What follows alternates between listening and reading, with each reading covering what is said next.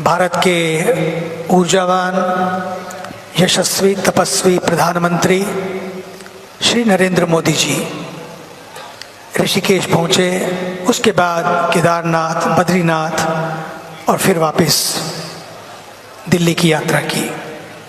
प्रातःकाल जब हम सवेरे मिल रहे थे उनसे ऋषिकेश में, तो मैंने देखा एक अद्भुत बात। जैसे वे उतरे, हवाई जहाज से उतरते उतरते उन्होंने सबसे पहले हिमालय को देखा, प्रणाम किया, हवाओं को देखा, उनको छुआ, और फिर किस तरह से जब धरती पर नीचे उतरे तो किस तरह से उनका भाव था किस मिट्टी को प्रणाम करने का। ये इस देश की संस्कृति है। आज उन्होंने वहां पहुंचकर परियोजनाओं का भी शिलान्यास किया, उसकी आधारशिला रखी, लेकिन साथ साथ अपनी परंपराओं को भी आधारशिला रखी।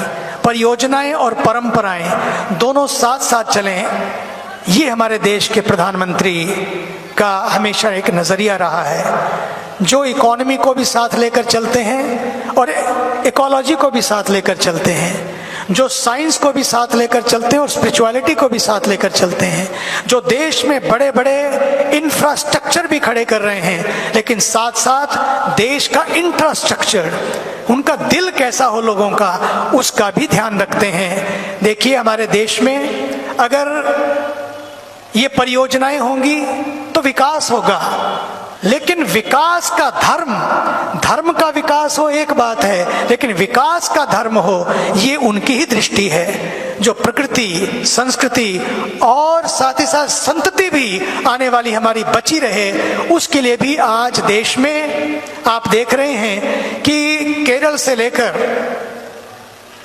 जो शंकराचार्य जी केदारनाथ तक पहुंचे, केरल में जन्म लिया, केदारनाथ में समाधि ली, काशी में विद्याध्ययन किया, तो कश्मीर में मंदिर बनाया। अब सोचिए, उत्तर, दक्षिण, पूर्व, पश्चिम, उन सब के बीच में किस तरह के सेतु बनाए।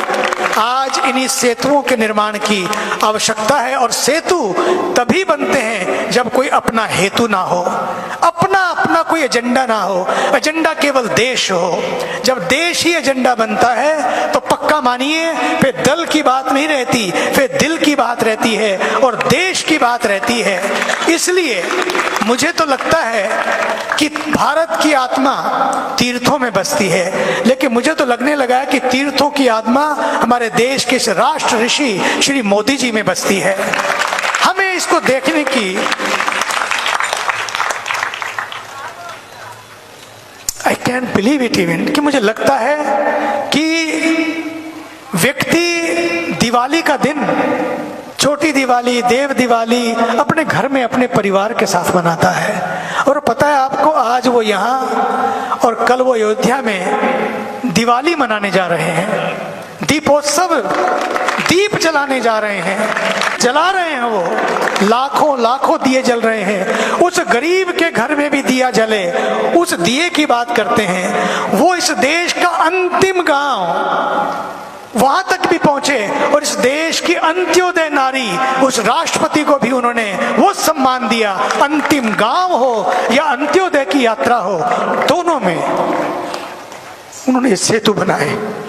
मुझे लगता है हमारे देश के सैनिक जो हमारी रक्षा के लिए, हमारी सीमाओं की रक्षा के लिए, हमारी संस्कृति की रक्षा के लिए उस सियाचिन की ठंड में डटे हुए हैं, मोर्चे ले रहे हैं, अपने परिवारों की भी परवाह ना करते हुए, अपने जान की भी परवाह ना करते हुए, जो हम सब की रक्षा कर रहे हैं।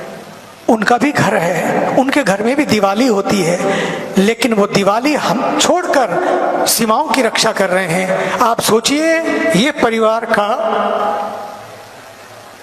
मुखिया दिल्ली छोड़कर, राजधानी छोड़कर, अपने भवन को छोड़कर, उन सब के साथ जाकर, जवानों के साथ जाकर उस दिवाली को मनाने जा रहे हैं। आप सोचिए तो सही, सवेरे 5 बजे उठकर, 4 बजे उठे होंगे, 5 बजे निकले, 6 बजे, पौने 6 बजे एयरपोर्ट पहुंचे, 6 बजे फ्लाइट ली, पौने 7 यहाँ पहुंचे, 6:45 बजे यहां से निकले एक यात्री की तरह और फिर वहां पहुंच गए। क्यों? क्योंकि हमारे देश की जो इतनी 140 करोड़ जनता नहीं बल्कि पूरे विश्व के लोग जब वहां जाएंगे उनके लिए यात्रा सुलभ हो, सुगम बने, सुरक्षित बने। एक एक चीज पर ध्यान देना। और फिर केवल रोपवे अगर की शिलान्यास हो रहा है केदारनाथ का, वहीं पर रोपवे का शिलान्यास हो रहा है, हेमकुंड साहब का भी, सबके लिए यात्रा है, सबके लिए यात्रा है। ये जो संस्कार हैं, मैं समझता हूं ये हमारे देश का सौभाग्य। मैं बार बार कहना चाहता हूं, यूं तो हमने बहुत प्रधानमंत्री देखे हैं लेकिन आदरणीय मोदी जी तुम सा नहीं देखा। क्या इस देश को प्रधानमंत्री मिला है। मैं तो उनके बारे में सोचता हूं, मेरी आंखें ही नहीं बल्कि मेरे हृदय की पलकें भी गीली हो उठती हैं, क्योंकि मैंने बहुतों को देखा है, पूरे विश्व को देखा है। किसी भी देश में इस जैसा सम्मान किसी राष्ट्राध्यक्ष का नहीं हुआ जो हमारे देश के प्रधानमंत्री जी का होता है। बात गंगा की हो या बात गांव की हो या बात गरीब की हो या बात गंदगी की हो, उनकी आंखों में कोई भेदभाव नहीं है। सबको साथ लेकर चलते हैं, सबकी बात करते हैं। और उस मंत्र का, और क्यों नहीं हो, मैं तो चाहता हूं ये जो संस्कृति है, अगर संस्कृति नष्ट हो जाएगी हमारी आने वाली संतति भी कभी सुरक्षित नहीं रहेगी। संस्कृति सुरक्षित तो संतति सुरक्षित, कल्चर सुरक्षित, नेचर सुरक्षित तो फ्यूचर सुरक्षित। कल्चर, नेचर और फ्यूचर को साथ लेकर चलने वाला एक देश का प्रधानमंत्री, भगवान करे वो दिव्यायु हो, दीर्घायु हो। और ये दिवाली पर दिए जो जल रहे हैं, बल्कि केवल दिए बाहर नहीं बल्कि हम अपने दियों, उन दियों को अपने दिल के भीतर भी जलाएंगे तो आप देख सकेंगे आज उन लोगों को भी अपने चश्मे बदलने की जरूरत है जो केवल देश को दल की दृष्टि से देखते हैं। दल की दृष्टि से नहीं, देश की दृष्टि से देखेंगे।